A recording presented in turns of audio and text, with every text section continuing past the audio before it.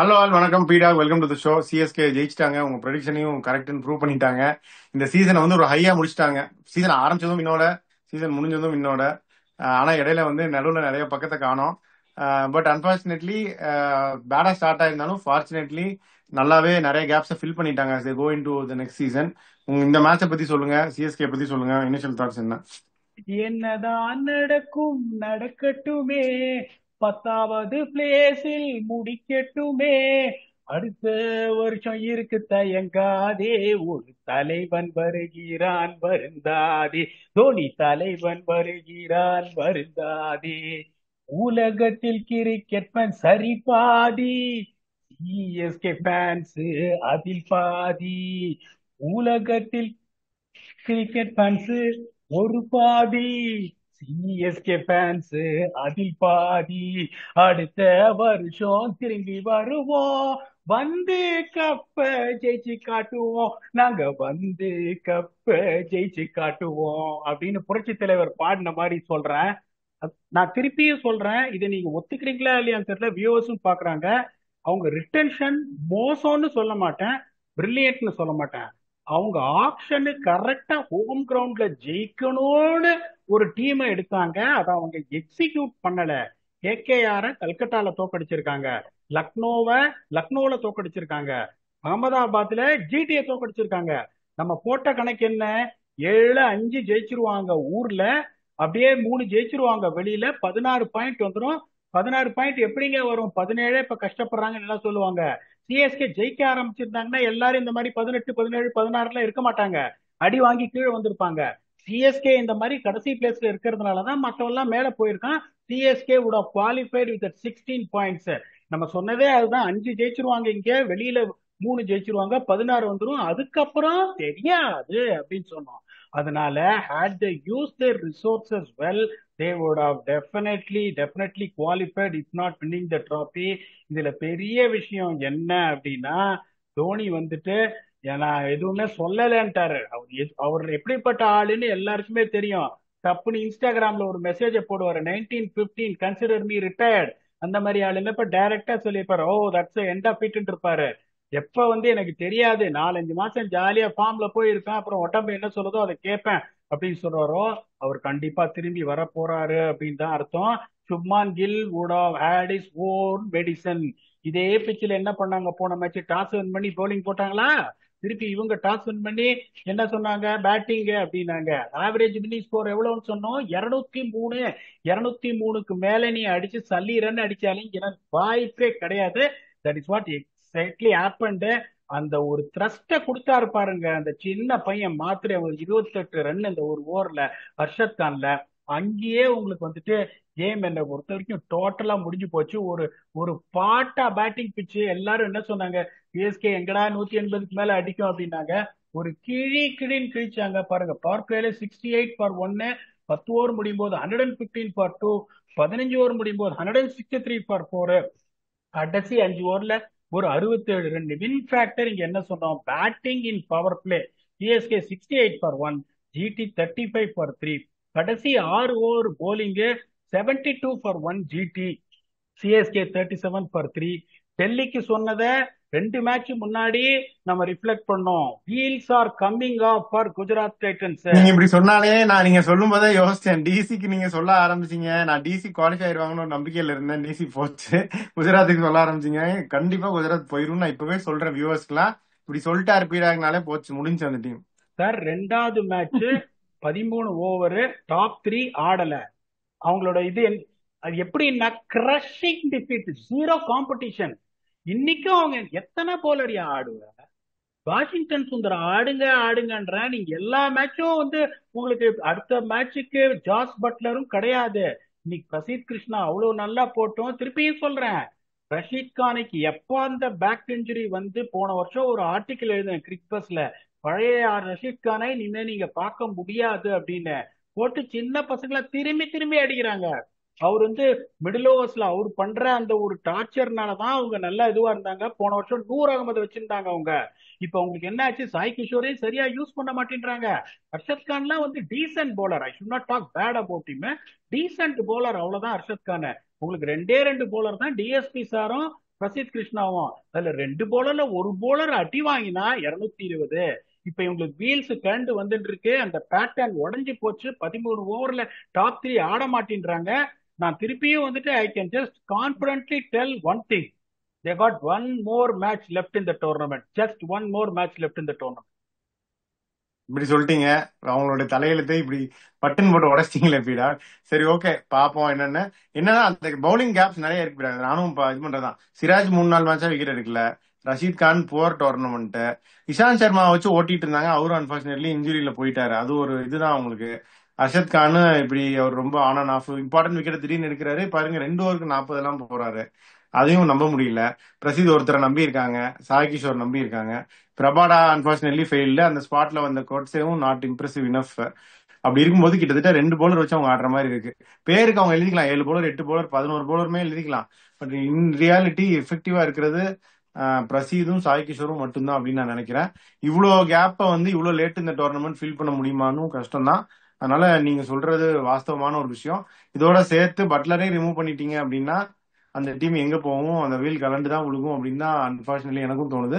அதை மீறி அவங்க ஜெயிக்கிறாங்க அப்படின்னா கில்லும் சாய் சுதர்ஷனும் எக்ஸ்ட்ராடனரி ஆடணும். அந்த அன்னைக்கு அடிச்சாங்க பாருங்க, 2 பேரும் 100 அடிக்கிற மாதிரி, அந்த மாதிரி எக்ஸ்ட்ராடனரி கேம்ஸ் அவங்களுக்கு அமைஞ்சாதான் பிறகு அவங்க இதுல இருந்து வெளியே வர முடியும்னு நான் நினைக்கிறேன்.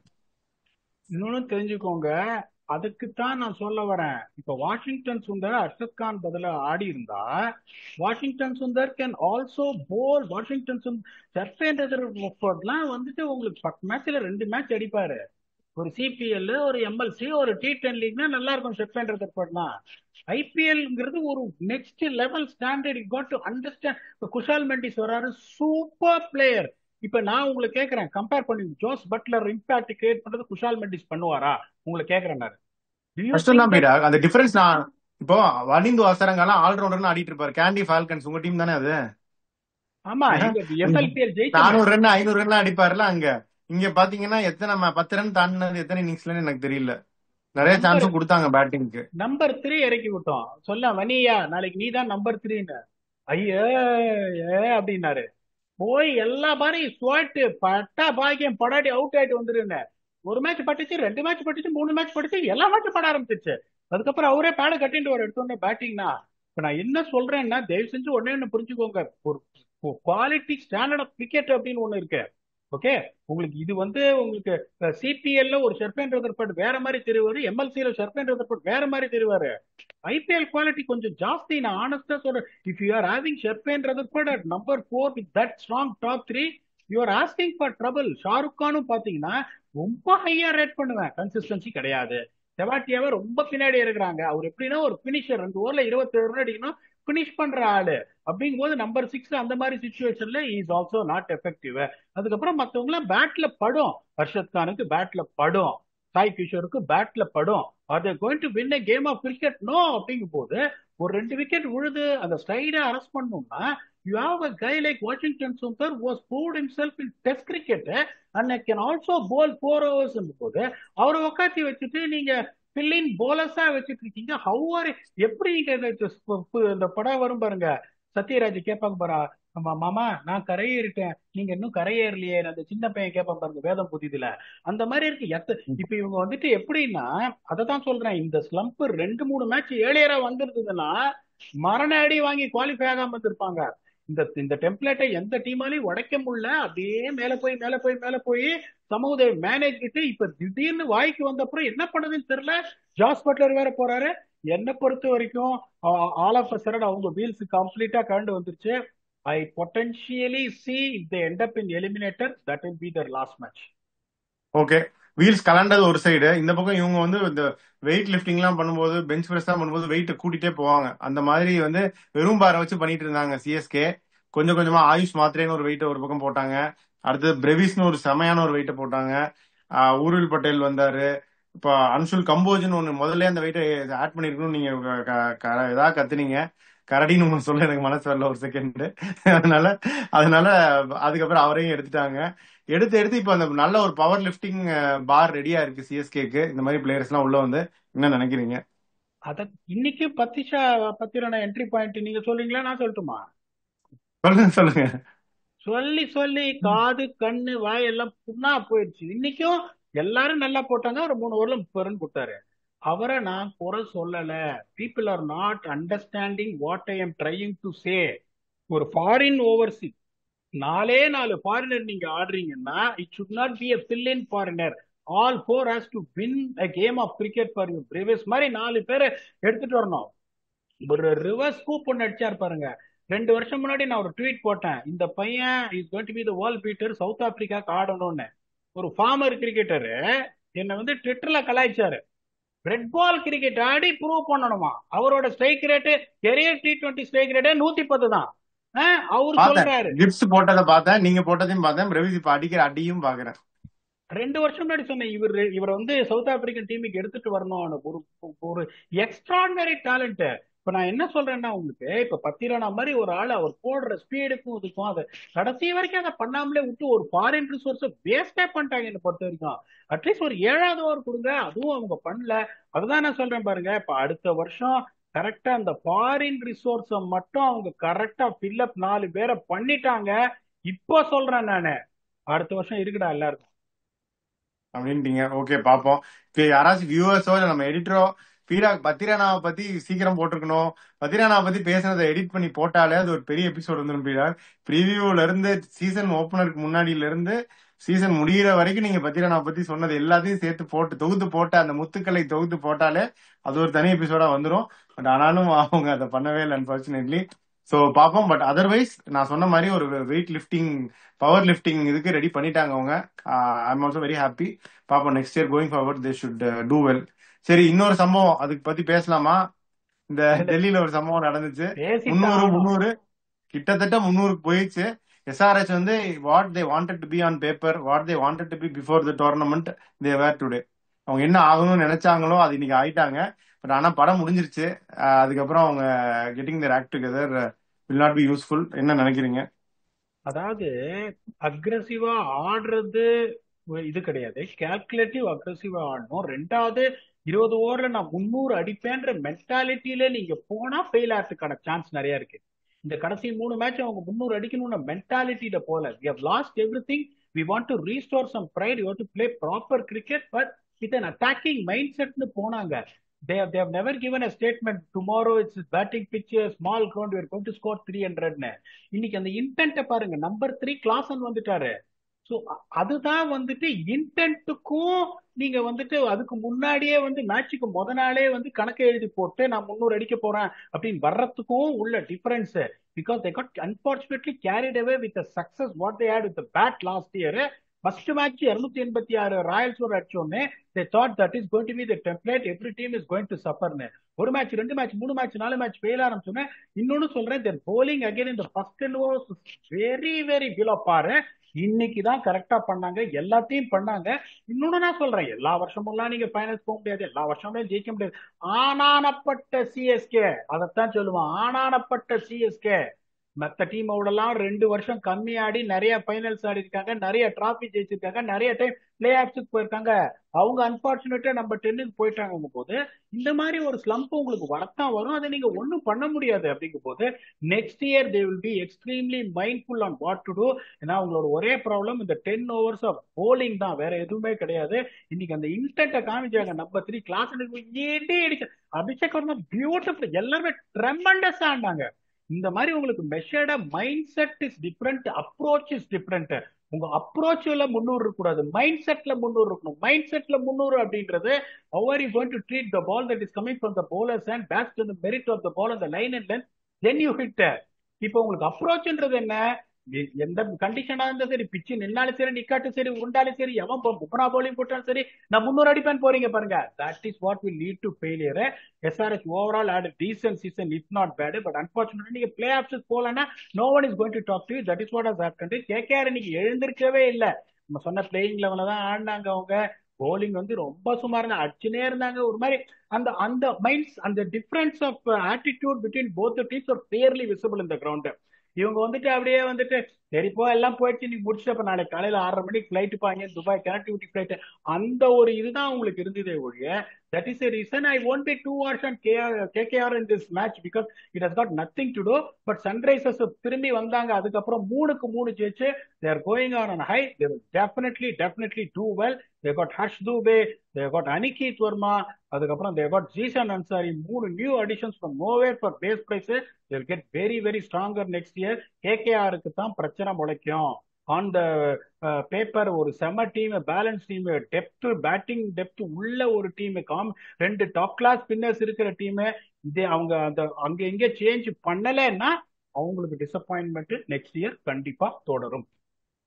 ஆமா பீடா, இங்க ஆக்ஷன்ல வந்து வெங்கடேஷ் ஐயர் அந்த இது நடந்தது, சம்பவம் நடந்ததுக்கு அப்புறமே எல்லாருமே சொன்னதுதான் அது. It was proved again. இந்த டோர்னமெண்ட் ஃபுல்லாவே they could not play. Unfortunately defending champions மாதிரி விளையாட முடியாமலே போயிடுச்சு அவங்களால.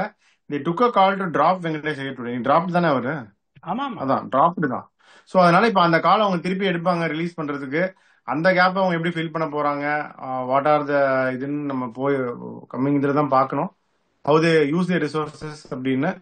பட் இந்த tournament was very disappointing. They never played like defending champions. And அவங்களுடைய கேப்டன் போயிட்டாரு, டைட்டில் வின்னிங் கேப்டனை நிதிஷ் ராணா மாதிரி ஒருத்தர் போயிட்டாரு.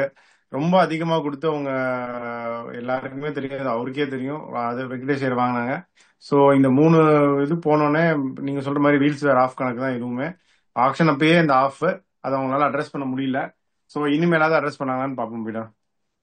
இனிமே அதான் சார் எப்படி பண்ண போறாங்க. இனிமேனா அடுத்த சீசனுக்கு வெங்கடேஷ் ஐயரை விட்டாங்கன்னா 23 crores வரும். அங்கேருந்து எப்படி டீம் குவிண்டன் டி காக் அடிக்கல. நான் திருப்பி சொல்றேன், 2023 வேர்ல்டு கப் வரைக்கும் குவிண்டன் டி காக் அடிக்கல. ரமானல்லா குர்பாஸ் உங்க சொல்யூஷனா தெரியாது. ஆண்ட்ரிக் நார்கே இன்னைக்கு 4 ஓவர்ல 60. ஸ்பென்சர் ஜான்சன் உங்க சொல்யூஷன் கிடையாது. நீங்க இந்த 23 கோடியை போட்டீங்கன்னா, மணிஷ் பாண்டே இன்னைக்கு டீசென்டாவே ஆடினாரு. ஆனஸ்ட்லி ஸ்பீக்கிங் அவர் பிளேஸ்ல ஆடினாரு, டீசென்டாவே ஆடினாரு. இந்த 3 கேப்பையே உங்களுக்கு 23 கோடியில நீங்க ஃபில்அப் பண்ணலாம். அதை அவங்க சேஞ்ச் பண்ணலன்னா they are going to be in trouble. ஆமா. பட் நாக்கியா இதே பிரான்சைஸ்க்கு ஆடினவர் தான், அவரோட ஃபார்மும் டவுன் ஹில் போயிடுச்சு. ஏன் பீடா என்ன பண்ணலாம்? சரி, ஒன்னே ஒண்ணு சொல்றேன் பாருங்களேன், இந்த போலர்ஸ் இன்ஜுரிக்கு அப்புறம் வர்றதுக்கும் பேட்ஸ்மேன் இன்ஜுரிக்கு அப்புறம் வர்றதுக்கும் நிறைய டிஃபரன்ஸ் இருக்கு. போலர்ஸுக்கு பேட்ஸ்மேனுக்கு ஒண்ணுமே கிடையாது. பேட்ஸ்மேனுக்கு என்னன்னா trigger position, okay, head position, neutral position, அதுக்கப்புறம் your position at the pitch of the ball எங்க இருக்கு. இப்பதான் ரொம்ப சிம்பிள், மூவ்மெண்ட்ஸ் ரொம்ப கம்மி. போலருக்கு அப்படி கிடையாது. Running technique, rhythm, jump, loading, back foot striker, front foot striker, delivery stride, release, follow through, இதெல்லாம் இன்ஜுரிக்கு அப்புறம் கரெக்டா இருக்கா அப்படின்னு பாக்குறதுக்கு ஒரு சரக்கு இருக்கிற ஒருத்தர் இருக்கணும். எப்பவுமே எந்த போலரு உங்களுக்கு இன்ஜுரில இருந்து இப்ப நீங்க வந்து நம்ம உங்களோட ஒர்க் பண்ண 6 மாசம் கழிச்சு there is a very good chance 6 மாசம் கழிச்சு நீங்க திருப்பி நான் சொன்னது என்னதான் உங்களுக்கு ஞாபகம் இருந்தாலும், உங்க கோச் நான் இல்ல, நீங்க ட்ரை பண்றீங்க, there is a good chance you might miss out on some points. honestly speaking, நீங்க வந்து 6 மாசம் கழிச்சு வரீங்க, you might be நீங்க சொன்னதை நான் ஞாபகப்படுத்துவேன், 2-3 பாயிண்ட் மறந்துதான் போவோம், உண்மைதான். அப்படிங்கும் போது நீங்க இன்ஜுரிக்கு அப்புறம் வரீங்க, ஒரு பேக் உங்களுக்கு இந்த ஃபண்டமெண்டல்ஸ் மறந்துடும். லோட் பண்றது கொஞ்சம் ஏதாவது ஒண்ணு இங்க லோட் பண்றதுக்கு முன்னாடி இப்படி இங்க லோட் பண்ணிட்டீங்கன்னா எல்லாமே மாறிடும். அப்படிங்கும் போது தான் இன்ஜுரியில இருந்து எந்த பவுலர் வந்தாலும் சரி, particularly fast bowler and wrist spinner, with more danger attached to it. Anrich நார்கியவோ இன்ஜுரி வந்ததுக்கு அப்புறம் தான் பழைய நார்கியவா இல்ல.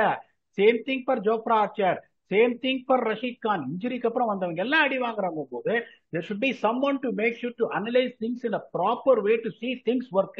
இல்லனா this might happen 8 out of 10 cases. Okay, so இதுதான் சம்மரி. வந்து சிஎஸ்கே வந்து they have added more power, looking promising for next season. GT வந்து நீங்க சொன்ன மாதிரி wheels are coming off ஒன்லைன்ல. KKR வந்து did not play as defending champions. Unfortunately, things are not looking so rosy for next season also. Sunrisers at least finished with the momentum. Going forward, they may have some hope next season also. So இவ்வளவுதான் பீடா நான் நினைக்கிறது. உங்களுடைய final thoughts என்ன? அதான் sir, I'm happy that CSK ended on a high, that they'll come back with confidence. Look, we can come back and do wonders அப்படின்னு. அதே மாதிரி வந்து இப்ப ஜிடி நான் ஹானஸ்டா என்னோட ஒப்பீனியன் சொல்லிட்டேன். I'm the one who put my money on them saying they're going to qualify. நீங்களும் அதை ஒத்துக்கிட்டீங்க, வந்துட்டாங்க. இப்ப அவங்களோட வீல்ஸ் கண்டிப்பா கழண்டு வருது. Sunrisers can be very proud of themselves. They made their fans happy. KKR பாத்தீங்கன்னா திருப்பி சொல்ல won't be harsh on that. They never expected to qualify according to me and you. அது நடக்கல. பட் இன்னைக்கு கொஞ்சம் பெட்டரா முடிச்சுக்கலாம். that makes no difference whatsoever. This is what it is. இது வரைக்கும் இன்னும் 2 நாள் தான் இருக்கு. இனி எவன் குவாலிஃபயர் போறான் எலிமினேட்டர் போறான்னு இன்னும் தெரியல. ஆனா நாளைய தீர்ப்பு கண்டிப்பா நடந்துரும். அந்த நாளைய தீர்ப்பு Punjab Kings vs Mumbai Indians யார் ஜெயிக்க போறான்றது will come back and do a review with your very own pinpoint octopus on that. Until then, thanks a lot and bye bye.